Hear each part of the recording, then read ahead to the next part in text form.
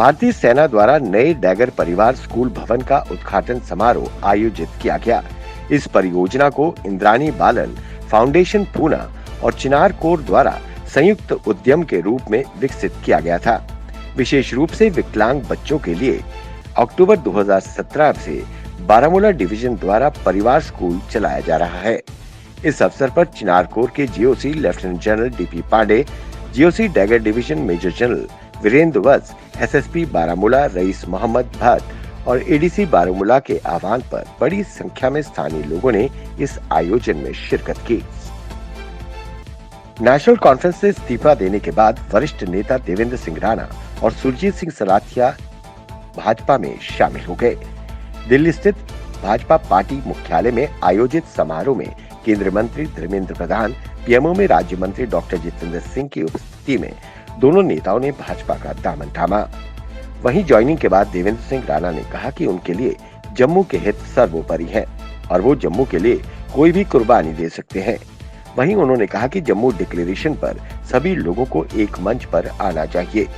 उन्होंने उन नेताओं की भी निंदा की कि जो जम्मू कश्मीर को बांटने वाली डिक्सन प्लान योजना को लागू करवाना चाहते हैं।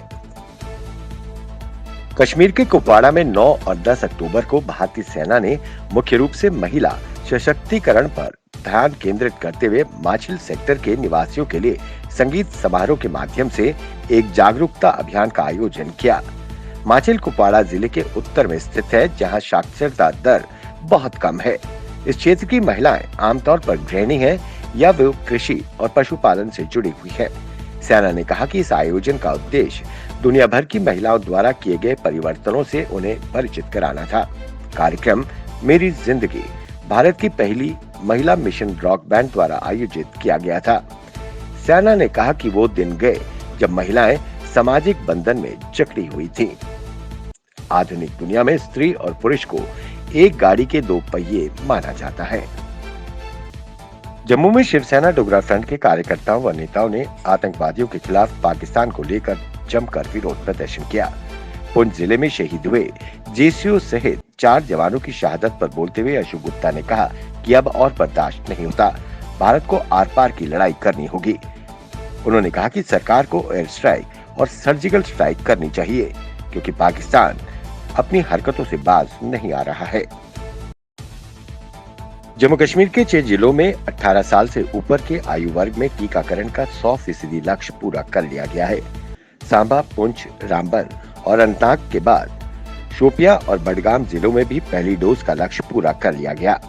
वहीं मुख्य सचिव डॉक्टर अरुण मेहता ने कहा कि सभी जिला प्रशासन अपने प्रयासों को दोगुना करें। उन्होंने कहा कि वैक्सीनेशन से पॉजिटिविटी रेट को कम करने में मदद मिलेगी।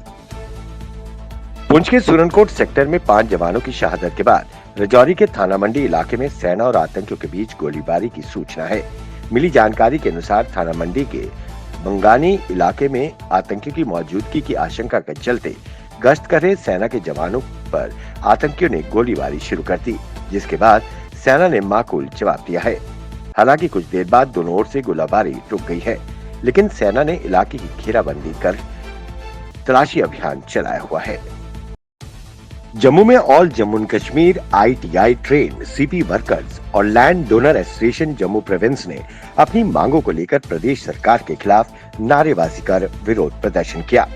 उन्होंने उपराज्यपाल से अपील करते हुए कहा कि रेगुलराइजेशन पॉलिसी को लागू किया जाए और हमारी लंबित वेतन को जल्द से जल्द रिलीज किया जाए। समय रहते हमारी समस्याओं का संज्ञान लिया जाए। वहीं उन्होंने चेतावनी देते हुए कहा कि अगर जल्द समस्याओं का हल नहीं हुआ तो हम उग्र प्रदर्शन पर उतर आएंगे। कश्मीर के दिव्यांगों तक भारतीय सेना की पहुंच बढ़ाने के प्रयास के तहत गांदरबल के कमेरिया स्टेडियम में wheelchair cricket association Jammu Kashmir के सहयोग से डोडर हामा आर्मी कैंप द्वारा व्हीलचेयर क्रिकेट टूर्नामेंट का आयोजन किया गया। ये क्रिकेट मैच T20 लेआउट का था, जिनमें प्रत्येक में जम्मू कश्मीर प्रदेश के 15 अलग अलग खिलाड़ी थे।